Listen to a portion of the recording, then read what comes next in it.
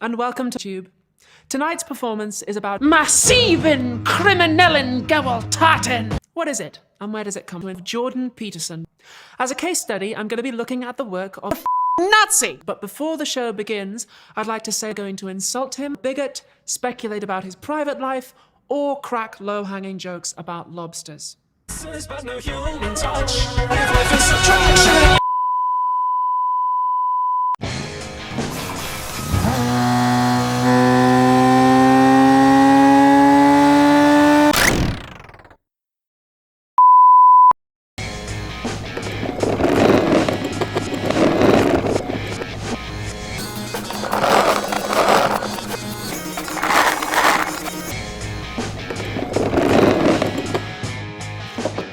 Hi, my name's Swarj Poom.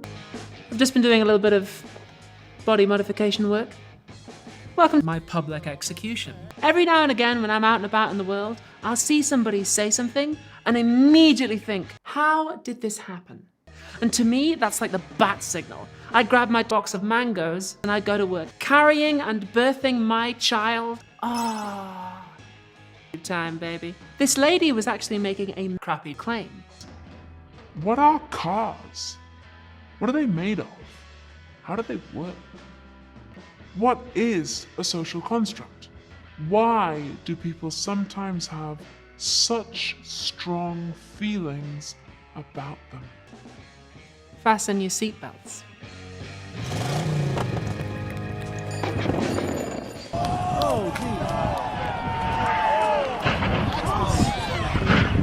Oh, that's way worse than last year. We're all just vibing. What is going on?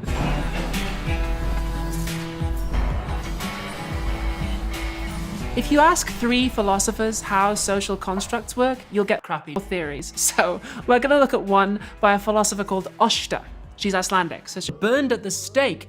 And it'll give you a flavor for how philosophers tackle these questions. It goes like this.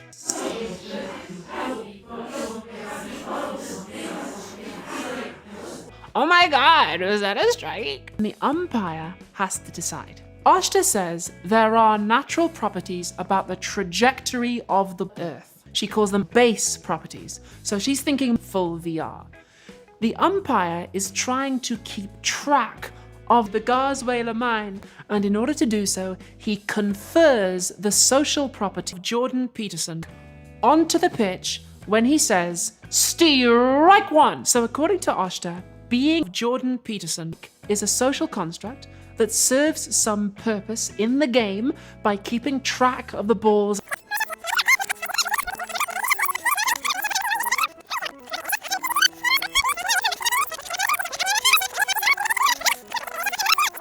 That last bit is important.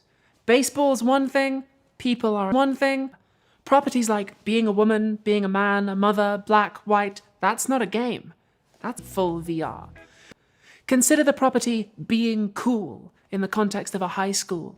If you're cool, you might be able to get away with massiven criminellen Gewalttaten. It's a lot of pressure being cool because there aren't really any rules. People just start treating you differently and you thereby acquire coolness. Nobody really decides it either. There's no umpire at the school gates going, you're cool. Ooh-hoo.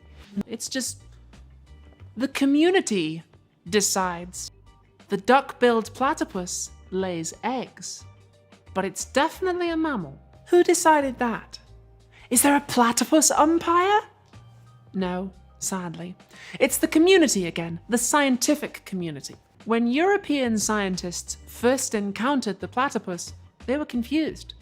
Some people thought they were faking, others thought like, bro, have you seen these platypuses? These things are adorable.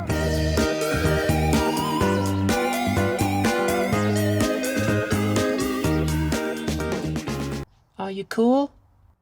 Oshta says, you're cool. We've been talking today about baseball and platypuses. People get so angry about it. Even today, people protest baseball and platypuses, which is wild. I mean, nobody ever protested Socrates. Everybody loved him. Unfortunately, some of the people who get angry about Jordan Peterson aren't really making a philosophical argument so much as they are trying to rationalize a dislike of trans people. Say you take your car in to have the airbags replaced after they've gone off, and the mechanic says, "Why did the airbags go off?" And you say, "I had 19 pints and crashed into a wall." Now we need to talk about your insurance. Goodbye, Dr. P. You promised you would love us, but you knew too much. Goodbye, Dr. P. You had all the answers, but no human touch.